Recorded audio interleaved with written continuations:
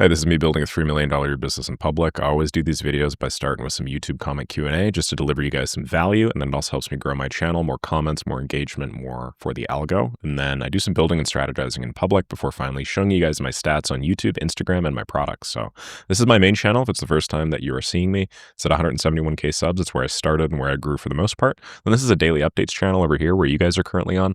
And this is just my whole, kind of gambit right now. I figure by publishing content daily, answering people's questions, doing Q&A, and showing you guys how I'm building this company and other companies in public, I gain a significant amount of goodwill in the market. And it's actually led to a ton of downstream conversion into my paid products, which is really interesting. Despite the fact that, on net, it's like 1/16 the size of my main channel, I get way, way more conversions from my daily updates channel than anything else. So selfishly speaking, let's start by answering some of your guys' questions, delivering some value. And then in the next 15 or 20 minutes, we'll do some strategizing and then some growth strats as well, okay? So the last question from 6 days ago is from Apollo, who says, "Hey, Nick, I'm an email designer and Klaviyo dude, mainly targeting e-commerce stores at the moment. However, I don't want to get left behind on this AI opportunity. So do you think I can merge the two and have AI as part of my offering, or do you think I should focus on one path? I'm seriously thinking about joining Maker School, and I'm a CS student, so it'll be easy for me to pick up. Thanks." Yeah, I mean, in short, I think you should do the thing that is currently working, and then you should just double down, do more, and do better at it. So if you're already seeing some success with your Klaviyo stuff, just adding or sprinkling a little bit of AI into the mix is a really quick and easy way to make some money. What's a quick example of how to do that? Well, in cold email, so not Klaviyo, but stuff like Instantly and Smart Lead and so on and so forth, a big chunk of the value is in icebreaker personalization. Basically, you have AI run through a bunch of profile fields for their LinkedIn or their TikTok or their Twitter or whatnot, and then use that to come up with a brief little one line that insinuates that you've done a ton of research into them. What I don't see a lot of people do is do this for inbound as well, even though it's entirely possible. So a quick and easy hack to significantly improve reply rates, for instance, open rates and reply rates on like an email newsletter, opt-in rates, and so on and so forth, would be to AI personalize inbound. So, somebody signs up through a form or something, you have AI quickly take that form input based off some webhook, customize, create a one-line icebreaker, and then use that in maybe the welcome email. This is totally doable. I just don't see a lot of people doing it. I have a feeling all of these platforms are going to add this to their arsenal pretty soon. So if you get ahead of it, you could probably deliver a ton of value. And it's probably something that's very in demand. Thank you very much, Fatima. Here in less than a minute after posting, totally enjoying every minute of it. Tusif says, "Hey, Nick, I'm in A-levels. It's equivalent to a junior's year, starting a junior in Canada or America. The high school system and my subject are physics, math, and computer science.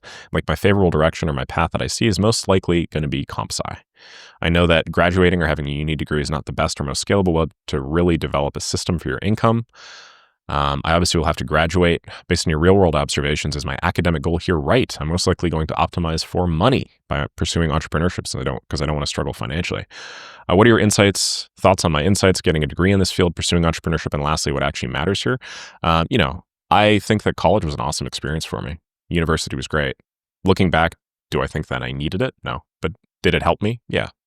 You're only really ever going to have one college or university experience, so I don't want to put a gun to your head and tell you not to do it. However, I think it's very important to be clear on what you want to do before you go in there. So I think you're taking the right steps trying to clarify that now, as opposed to a lot of people that jump into college, do some general studies degree, end up in some medieval history studies from 1451 to 1512, and then wonder why the hell they can't get employed in the market, right? So I don't want to be that guy telling you not to go to college or to go to college. I really don't want that responsibility placed on me. So I'm not going to do so. I'm just going to say that you're doing the right thing by looking at what occurs after college, not necessarily just in college. Okay, Senthil says, "After joining Maker School, I plan to close my first 2.5K deal within 2 weeks. Interesting. How do you plan to close your first 2.5K deal within 2 weeks? I'll invest a portion of this into lead gen while dedicating 4.5 hours a day to agency operations. My goal is to consistently book 1 to 2 qualified meetings per day, aiming for 10 to 12 new clients per month at $1,500 to $2,000 per engagement. Within 60 days, I expect to reach 15K a month in revenue. Is this realistic?" Yeah, I mean, I understand where you're coming from, but I think you're doing the fundamental problem of doing this based off of output goals, not input goals. What is the difference between an input goal and an output goal? Well, an output goal is like the amount of money that you make. An input goal is the amount of Upwork applications you send in a day, or the number of cold emails that you send in a day. Now, inputs and outputs in business, especially in a business at the start line, which is usually a freelance operation, which is almost entirely contingent on your time, are very related, right? The thing is, there's a big gap between when you provide the input and then when you get the output. That gap can be as little as a few days, or it can be as great as a couple of years, in my case, where I was providing a ton of input for a very long period of time and I didn't see any results. So is it realistic to expect to reach $15,000 a month in revenue? If you have no prior business experience and you're just doing some back of the napkin math here like this, I don't really think so, no. There's so much that you don't even know that you don't know. There's so much in client management that you're not really taking into consideration. There's so much about yourself that you don't really know. Are you even capable of doing the inputs that would reflect or require these outputs, 1 to 2 qualified meetings per day for 60 days in a row? It's easy to like math it out, but I mean, you are, and most people are, their own biggest enemy here when it comes to stuff like lead gen. So if you are incapable of doing that, probability of you doing this is pretty low. And I think if we just take this at face value, like you need to look at the inputs here, right? Like these are all output goals. So what goes into 1 to 2 qualified meetings per day? Well, on average, just based off of like Upwork stats, if you wanted to just take an Upwork only approach, that's still something like 15 to 20 proposals a day. Okay, so if you're sending 15 to 20 proposals, it takes you 5 minutes per. That's at least 1.5 hours there, right? 10 to 12 new clients per month, you're going to have to do work for those clients, right? But the simplest piece of work you're going to have to do is you're going to have to do some sort of kickoff call. Oh, sorry. 1 to 2 qualified meetings per day also takes time, right? So it's going to, for the marketing side, you're going to spend 1.5 hours. Then for the sales side, let's just say you're doing 2 qualified meetings per day and they're each 45 minutes. That's 1.5 hours.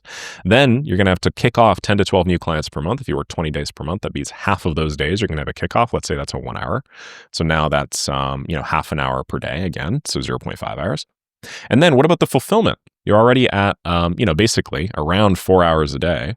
And you haven't even started fulfilling these 10 to 12 new clients. Well, if you assume that each new client is going to take you 30 minutes per day, that's another 6 hours just to do the fulfillment, not even taking into account all of the other work that you need to do to get to go into your business. So some tiny little rock in the road comes about that's going to stumble. You're going to stumble and you're going to derail. I don't think it's reasonable to assume this based off some back of the napkin math. My recommendation instead of all this stuff, guys, is instead of focusing on the output goals, focus on the input goals. And if you consistently focus on input goals for long enough, you will far surpass any output goals that you could have ever hoped to put in place. This has happened with me every single time in my life that I've focused on inputs, because human beings think in linear terms. We think in terms like this, okay? But life, markets, the economy, basically everything looks more like this. And so typically what ends up happening is in this period over here, you feel like you are underperforming because you expected linear outputs while providing linear inputs.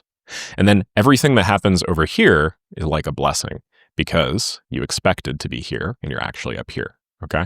It's not a blessing, it's just, law of large numbers, law of massive action. Denise says, great insights on how you run your community. I'm assuming the Skook Games was based on how much money you made a month.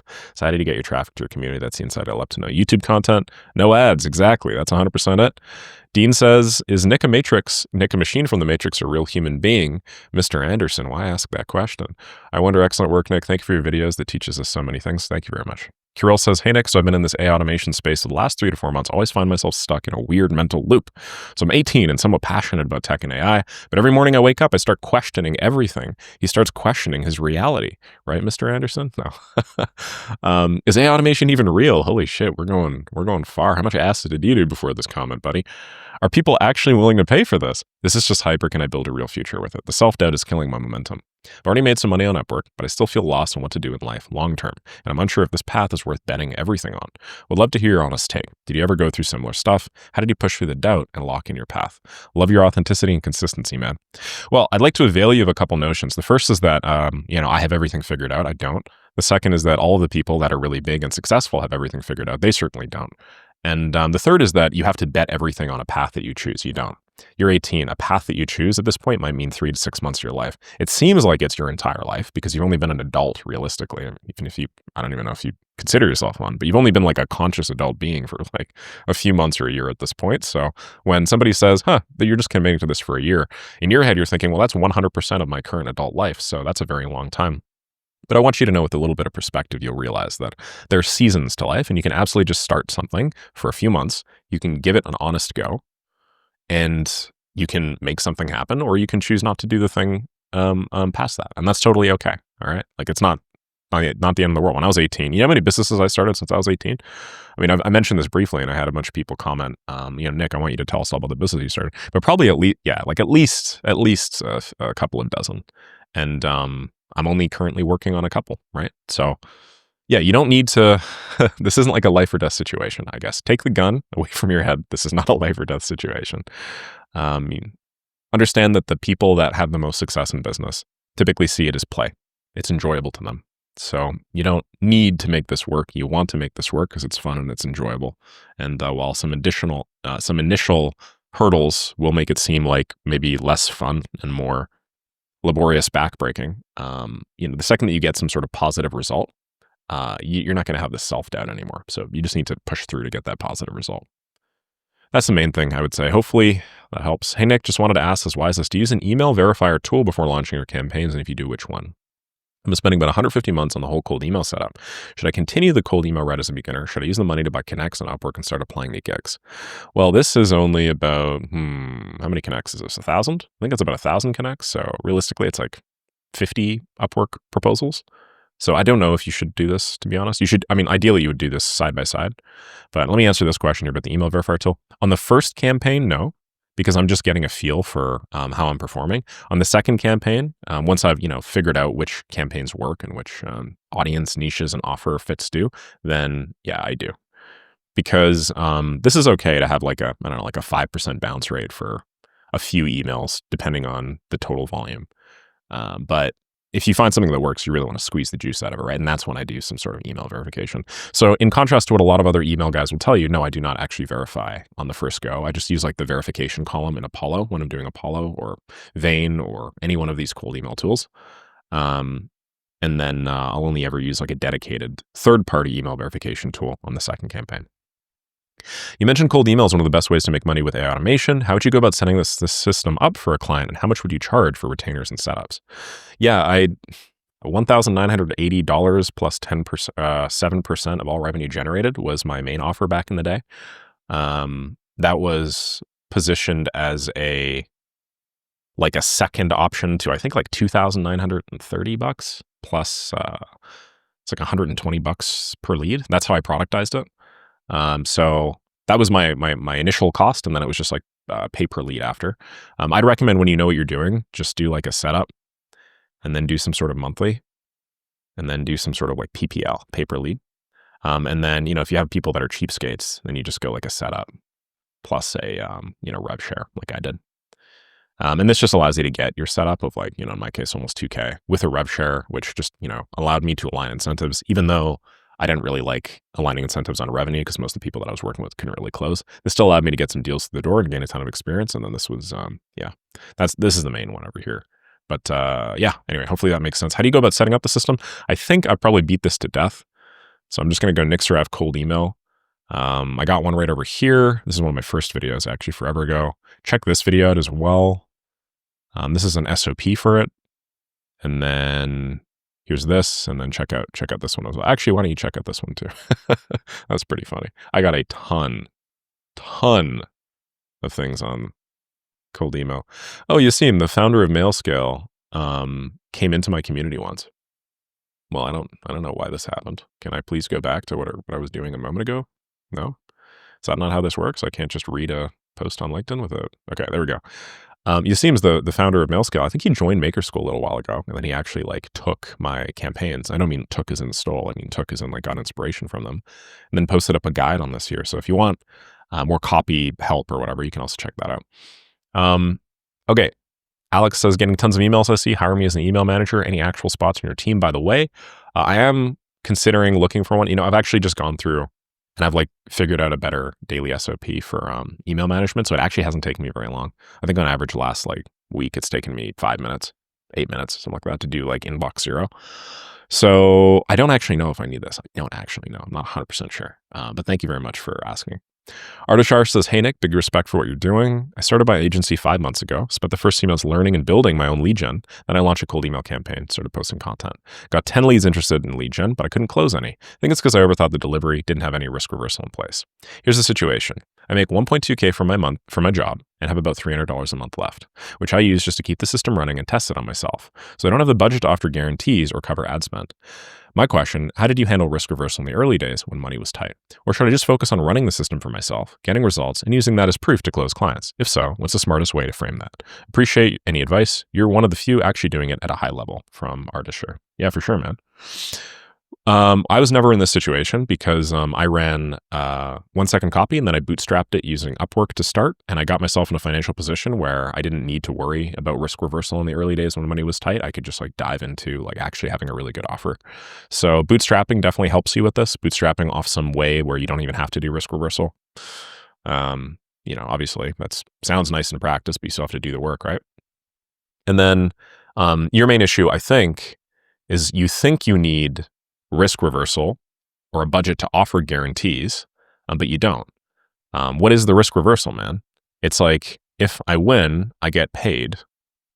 And then if I lose, then I just get $0, right? So I don't understand why you don't have the budget to offer guarantees, because the worst case scenario, if you don't deliver on your guarantee, is you just make $0. It's not like you're making minus $500. You're probably wondering, Nick, what the hell do you mean? Well, clients don't pay.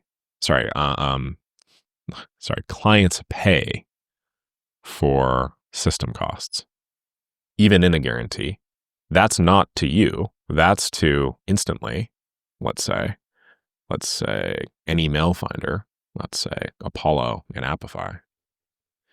The thing that you refund is, you refund your time, aka your fee, okay?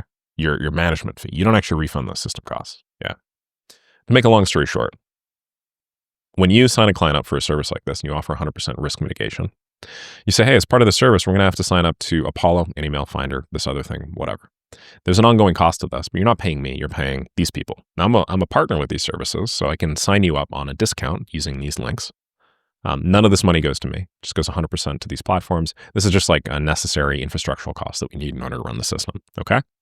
So it's going to be $145 a month or whatever. You got to work this out based off the guarantee, based off the volume, based off the math that you've decided on doing. And then what you do is you say, well, my fee is $1,980. And if I don't get you a client in the next or if I don't get you 10 booked meetings, let's say, whatever your guarantee is, in the next 60 days, then I'm going to give you all of that money back. Okay. I'm going to send you an Amazon gift card of $20 for your time. You can do that stuff if you want to be fancy. $20 is nothing, but hopefully you get my point. In that case, you would be at $20, but anyway. And then what ends up happening is they run it for 2 months. So they pay $147 or whatever to the services, and then $1,980 to you. And then if you get the results, you keep the $1,980. And then if you don't get the results, then you refund them $1,980. So you, at the end of the 60 days, are out $0. The client is actually in the green or in the black because they are getting they've gotten some results. Maybe they've gotten 5 meetings, not 10, but one of these meetings landed them a client or something like that. So they're still very happy. And then you're actually in a really good position to either repitch them on something, maybe offer another guarantee period, or maybe work with them in some other capacity because you've now demonstrated a return on investment. Just think about that, right? Think about the fact that at this point you have now generated an ROI for the client. Client likes you. It's a no-brainer for them because if they work with you and it doesn't work out, they've spent $0. Well, not $0. They've spent some infrastructural fees, but the cost per meeting or cost per result on the infrastructural fees is so pathetically low, it doesn't even really matter to them, ideally. And then if they win, then you have generated them some massive return on investment because $1,980 of investment on their end has led to $20,000 in closed deals because of your amazing guarantee. I guess what I'm trying to say is it's a no-brainer, right? And while I probably could have explained that a little bit better, I'm not going to go and redo it. I think you guys probably got what I wanted to say there. Okay, cool. I got a weekly community call coming up, so I just have to jump off this. Let's do some brand stats. Let's cover this really quickly. Basically, what's happened over the course of the last 24 hours or so is my main channel has grown to 171,440 from 170,939. My Instagram channel has now crossed the 300,000 mark, which is pretty sick. So if you guys don't know the Instagram, just type in Nick Saraev Instagram. Basically, we're at 300,743. Then my daily updates channel has now scaled to, if I'm remembering this right, 11,007 from 10,932. Okay. So we're seeing some pretty solid growth across the board. Pretty stoked about it. Thank you guys very much for joining me in this QA session today. I think in the future, I'm going to try and get these down to 15 minutes of Q&A and then 5 minutes of me just actually doing something on my to-do list. And I'll just cap it off at 5 minutes, and then I'll do like the next 30 seconds of brand stats. That way it's just predictable and it's consistent. And then I get to offer value in a predictable, consistent way while also getting something done and sharing kind of behind the scenes into my own business. Anyway, hopefully that makes sense. Thanks to everybody that has commented on that Alex Hormozi vid with me. Yeah, that's really cool. A lot of people are like, my God, Nick, I can't believe I saw you as a dude loser living in his mom's basement, basically, now to some dude that's like on stage with Alex Hormozi. Jesus. I've had a lot of people join the community that have watched that video as well and been pretty impressed by it, which is kind of neat. So thank you all very much for all of your positive comments there and for joining. And if you haven't seen that, then just type in Nick Saraev, Alex Hormozi, and I'm sure there'll be plenty for you to watch. Lovely day. Catch y'all tomorrow. Bye.